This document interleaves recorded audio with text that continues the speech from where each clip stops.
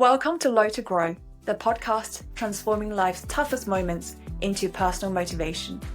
I'm Annie, a Forbes Under 30 technology founder whose entrepreneurship journey ran alongside a mental health awakening. In each episode, I sit down with inspiring individuals who have each faced incredible challenges, tackled it head on, and emerged stronger on the other side. Together, we'll explore their stories, unpack the lessons that they have learned, and also understand how they managed to turn challenges into opportunities for personal growth. Whether you're navigating uncertainty in your personal life or simply looking for motivation to keep going, this is your space for the honest conversations that you will want to hear. If this resonates with you, hit subscribe so you never miss an episode. And if you know someone who's struggling, share this with them. You might just prompt them to take the first step towards better mental health. Now, let's dive in. Welcome to today's episode of Low to Grow.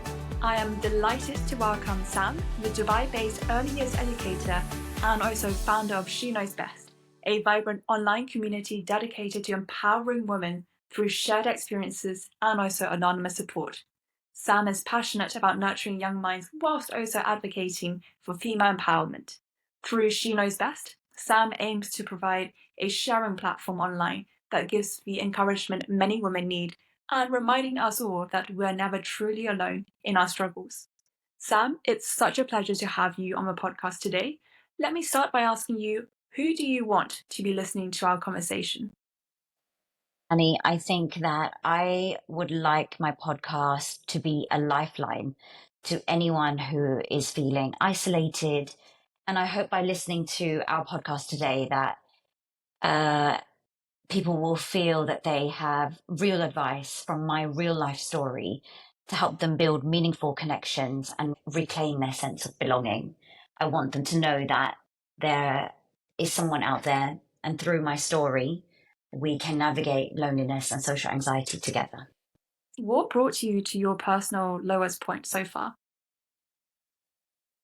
I'm somebody that I don't mind being alone. I quite enjoy my own company. But I think for me, being based here in Dubai, I moved from the UK roughly 10 years ago.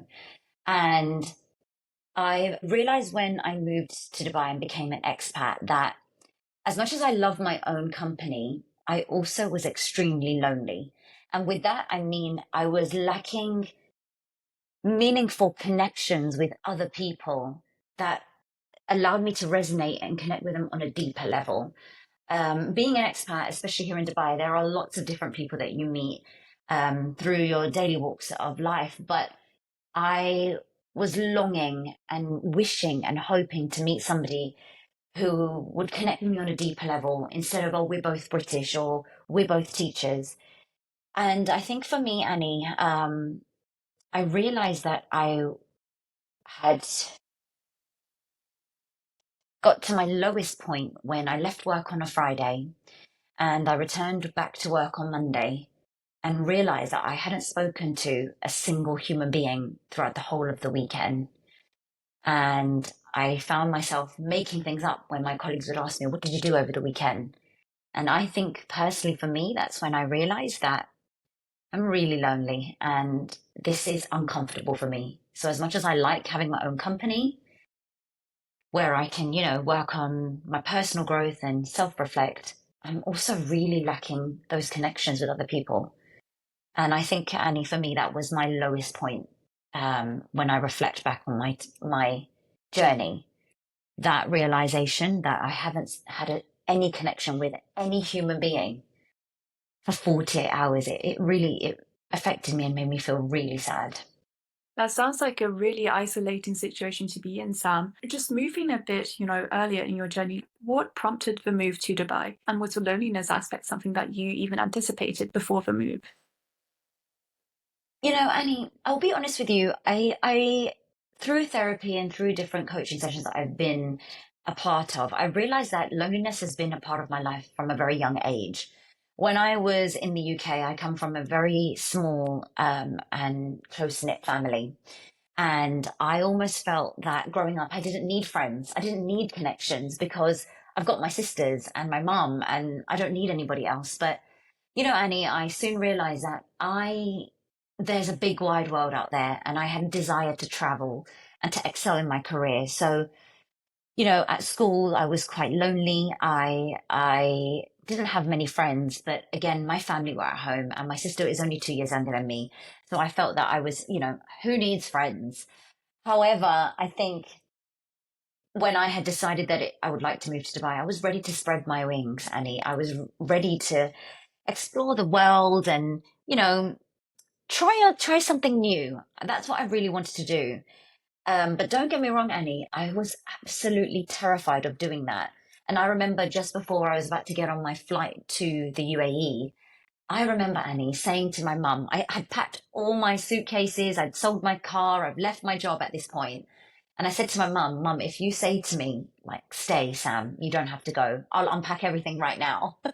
Even up until that point, I think that that feeling of loneliness and growing up and not having many friends around me, it didn't really hit me until I was on my own and I had moved away from my family, that I realized that I don't actually have a supportive circle. I don't have a network of anyone that I can reach out to.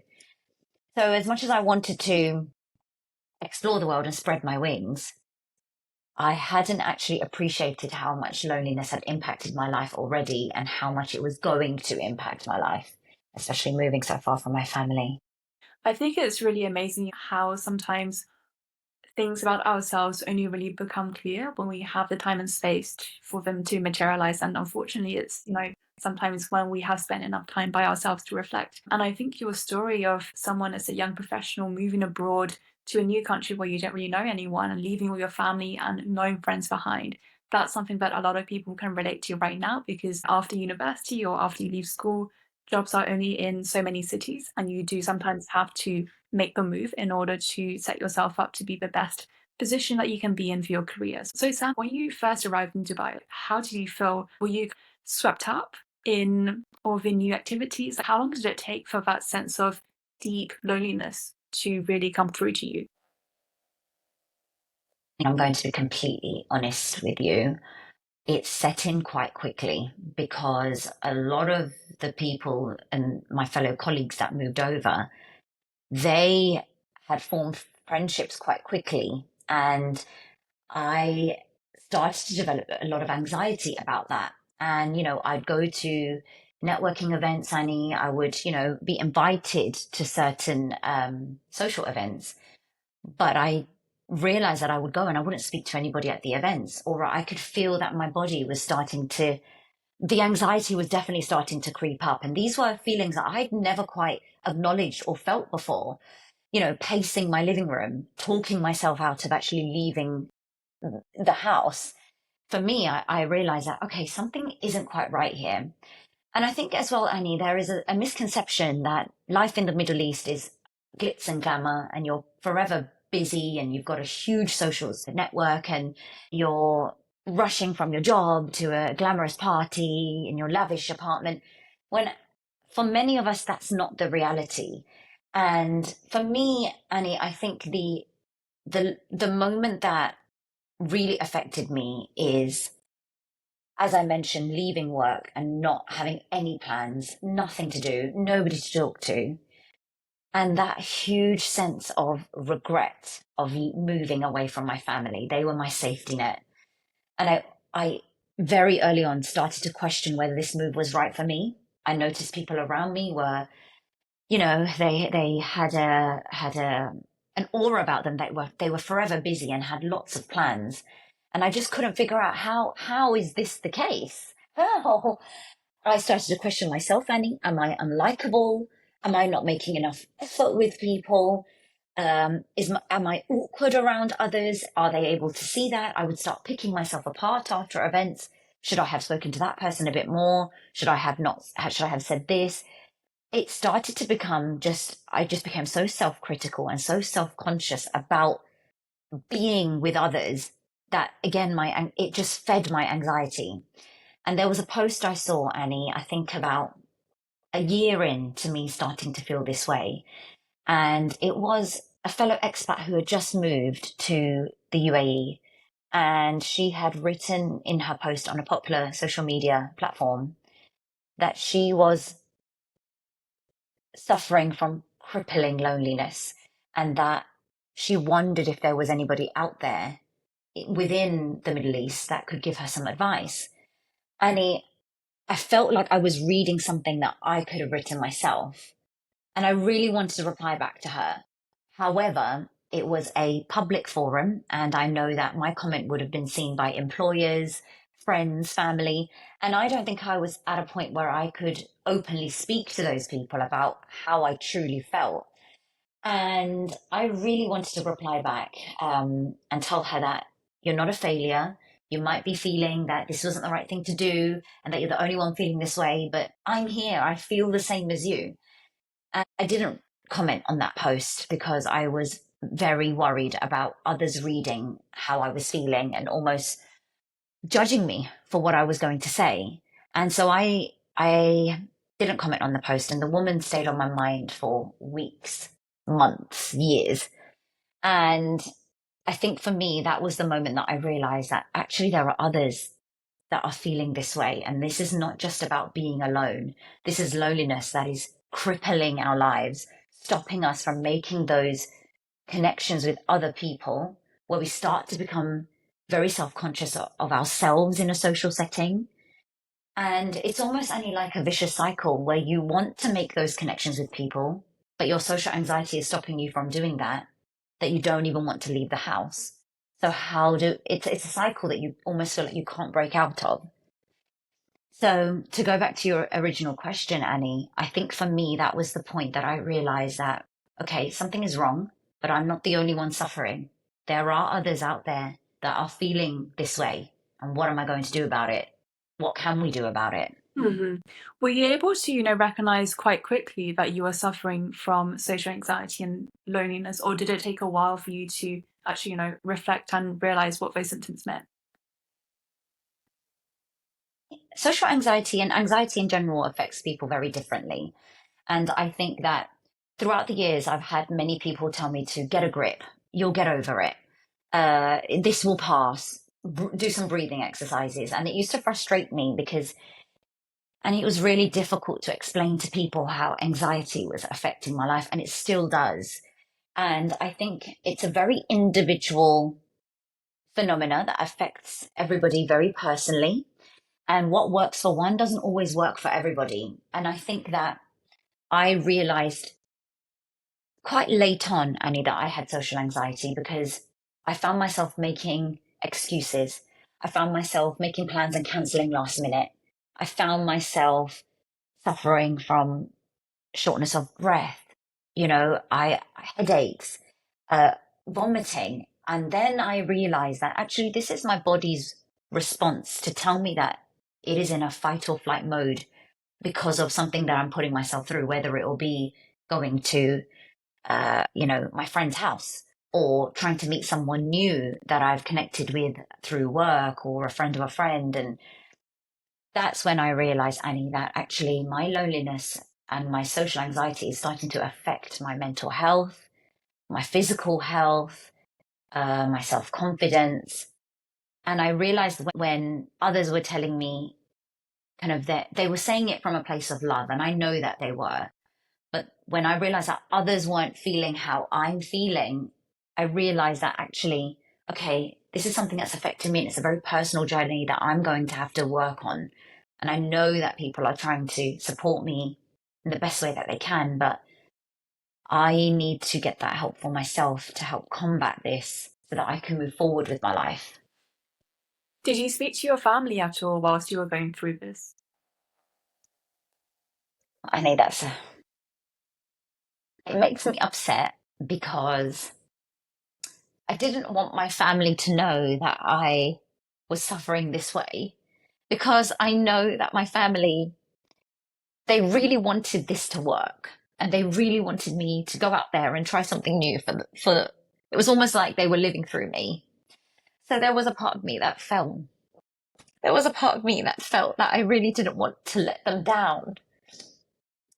So in all honesty, Annie, I wasn't open with them about how I was feeling. And I think that exacerbated how I felt, within my loneliness and my social anxiety because I was putting on a front to the people that were the closest and nearest to me. Um, and that hurt me because I didn't want to be open with them. I didn't want to let them down. Wow, that's such a touching recount of your experiences. As someone who is the only person from a really close knit family who have gone overseas on this new adventure to explore these new possibilities, definitely relate to the experience of feeling sometimes you do need to put on a front almost to protect your own family because Yes. you want to succeed because you know that they want you to succeed and you know that you feeling sad or to make them feel sad. Yeah, I'm really sorry that you had to go through that by yourself. How did you get yourself out of this mindset and this headspace? I'll be honest, I sat in it for a long time and thought that this is me, this is my life. And I recently had a conversation with somebody who asked me a very similar question. And I said to them, Annie, that loneliness became my normal.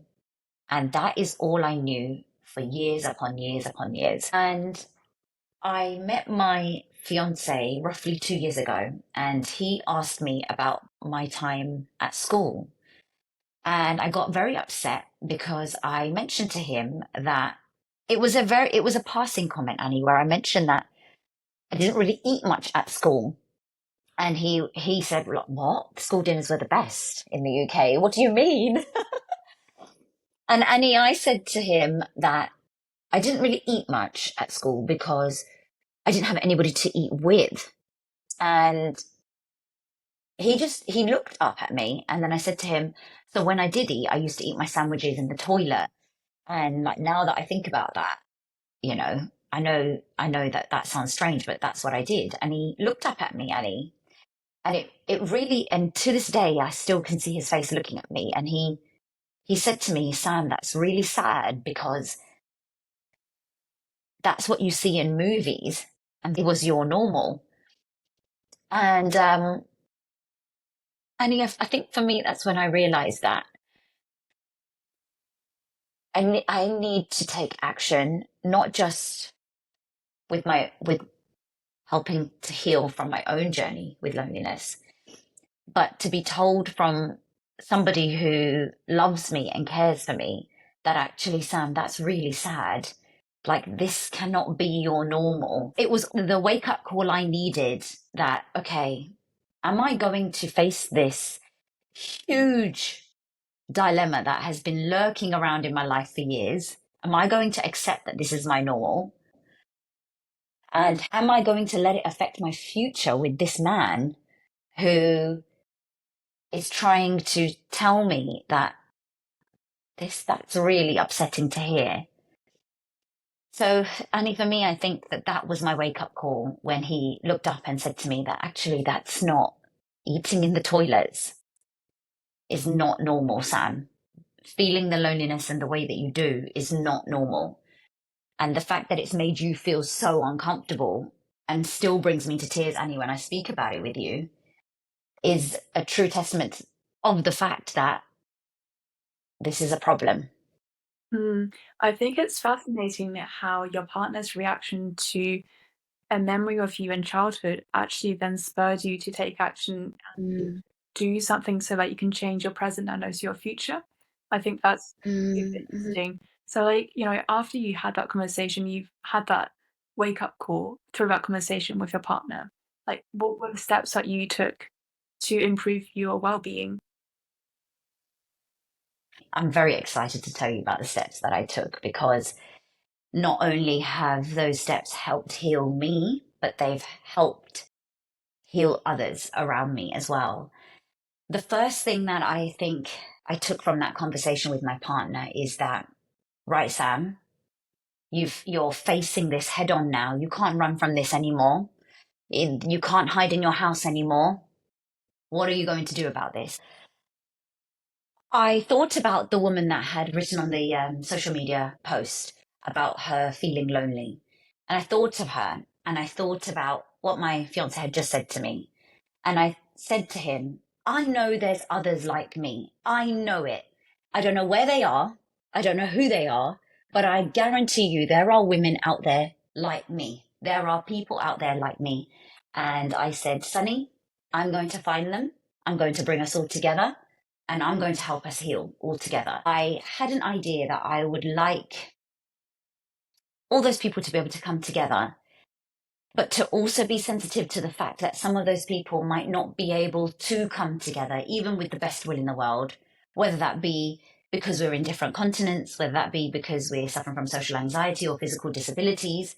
But it doesn't mean that we can't all come together in this modern age where technology allows us to overcome some of these difficulties.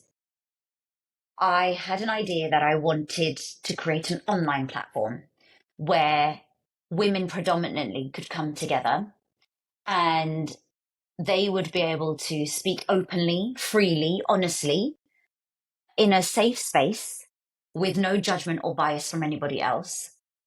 And through that safe online platform, women would be able to share, receive, and give advice to one another in order to help women feel guided, valued, and heard.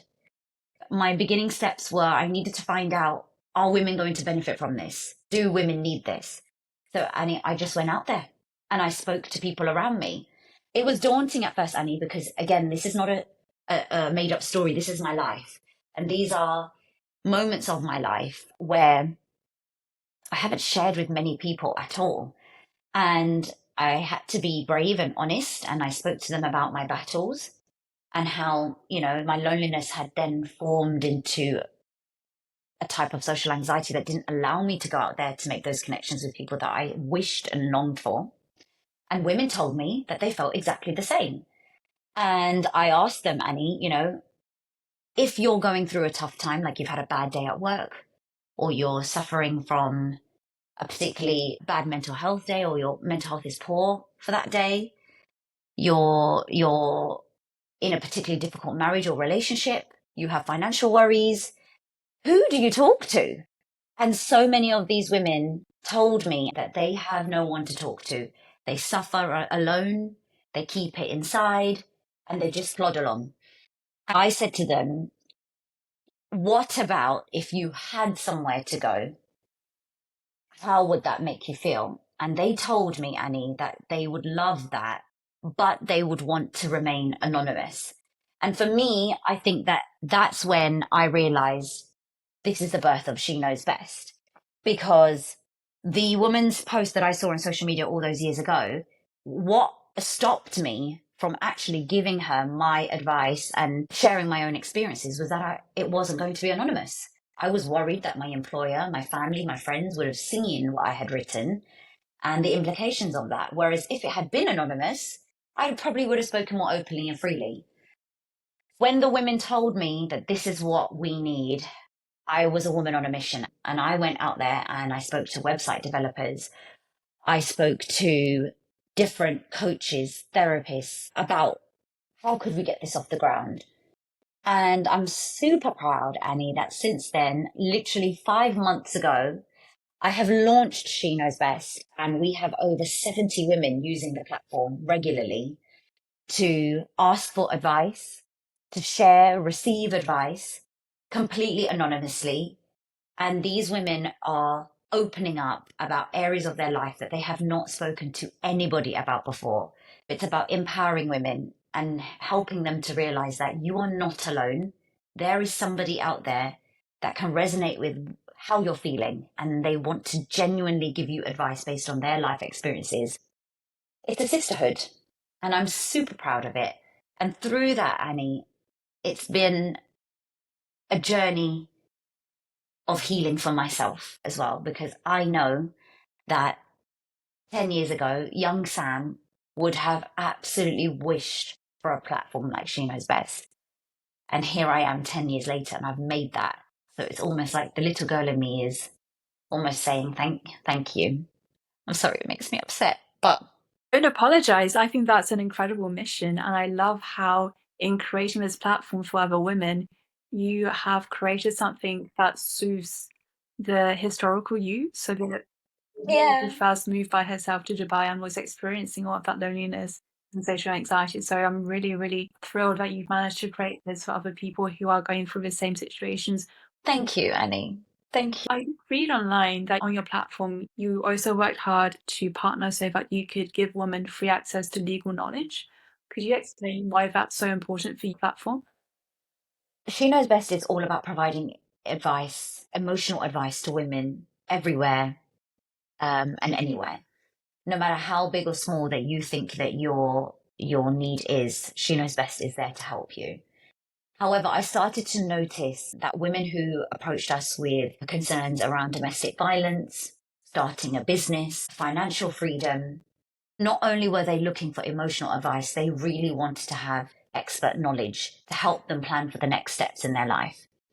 And I'm so honored to share that Mahami.ae partnered with She Knows Best 5 months ago to offer free legal advice to women where they can connect with legal experts who can provide them with expert knowledge to help them understand their legal rights and next steps so that women are supported, again, not just emotionally, but legally every step of the way. And for those unfamiliar with the region, could you explain what Mahami.ae does normally? Mahami.ae, Mahami in Arabic means lawyer, and it's essentially a network of lawyers and solicitors around the Middle East that are willing to work with women using the She Knows Best platform to help them access the correct legal advice. In the Middle East, the laws are changing quite regularly. And I wanted women to feel empowered that when they use She Knows Best, they're going to be connected via Mahami.ae with somebody that knows exactly how to advise them in terms of their next steps and directions that they can go. Women have come to me and told me that through Mahami.ae, they've been able to navigate a tricky divorce. They've been able to understand their rights as an expat and how that might affect their rights moving back to the UK, for example. They've been able to set up wills and put things in place that could help their repatriation back to the UK. It's a very powerful partnership, and I'm super proud of it. And I hope and I know that women are empowered through our partnership. I think it's fantastic that you were able to link, your platform that provides the emotional support to something that also gives quite tangible, real world, actionable help to the women on your platform. And it's incredible to hear about the 70 active users you have already within 5 months of Yeah. launching. Could you give us an idea of where those current users come from? What sort of demographic are they? Where are they based? Most of our users are based in the Middle East. We have women from Saudi Arabia, UAE, Qatar, Bahrain, but we also have a growing number of users in Europe and the US, which is super exciting. And I can see that when I started She Knows Best, I wanted it to be that it was not something that was just solely helpful for women based in the Middle East. I wanted it to be a global platform that women everywhere can use. And I can see that that is happening, Annie, and it makes my heart so happy because, in my opinion, a woman going through hardship, whether that be divorce, IVF, mental health struggles, it doesn't matter where you are. Borders shouldn't be a barrier for you accessing credible advice from other women. Let's break down those borders and barriers and let's bring women together. What's next for your plans of She Knows Best? Oh, Annie, I've got lots of things up my sleeve, but right now I am trying to spread awareness of She Knows Best. I want women across Europe and the US to hear about She Knows Best. I would like them to understand a little bit more about what She Knows Best can offer. And I'm working obviously with yourselves to share awareness via this podcast. There's a few other podcasts that I'm also going to appear on. I have been on magazine covers that predominantly aim to educate their female readership about ways that we can, as women, improve our mental health and how we can come together to do that. I'm also in talks with professional services, including coaches, psychotherapists, mental health experts who would like to get on board with She Knows Best to provide professional advice for women who feel that they would benefit from coaching or therapy sessions. We are in the it is in the pipeline, Annie, that we're going to be able to link those women, again, not just to legal professional advice, but professional advice from mental health experts, so that women have a holistic experience using She Knows Best. That's fantastic. Really glad to see all the different types of resources, almost 360 resources women will be able to access from She Knows Best. So Sam, it's been such a delight talking with you, and thank you for so candidly sharing your experiences. And I think from you today, what's really come out is it's okay to be the brave one, in your family or in your friendship group to do something that's new. It's okay to find it difficult. It's okay to struggle with it for months, years. And I think what you've shown really clearly today is that you have taken the action to create a better solution for people behind you and also for your younger self, which is fantastic. I'm going to ask you our staple question on the podcast before we wrap up. What do you think will enable more people to have better mental health? I think that it's very important to know that you are not alone. And I know in those moments it is incredibly isolating. But I think that whether it's with your loved ones or strangers, it's important for people to be able to share their stories and ask for advice without feeling any judgment or bias. And I think this is crucial for our mental well-being. Thank you very much for that, Sam. It's a pleasure having you. That's a wrap for this episode of Low to Grow. If you learned something today, help more people to find this conversation by hitting the subscribe button and leaving a review. Keep growing, and until next time.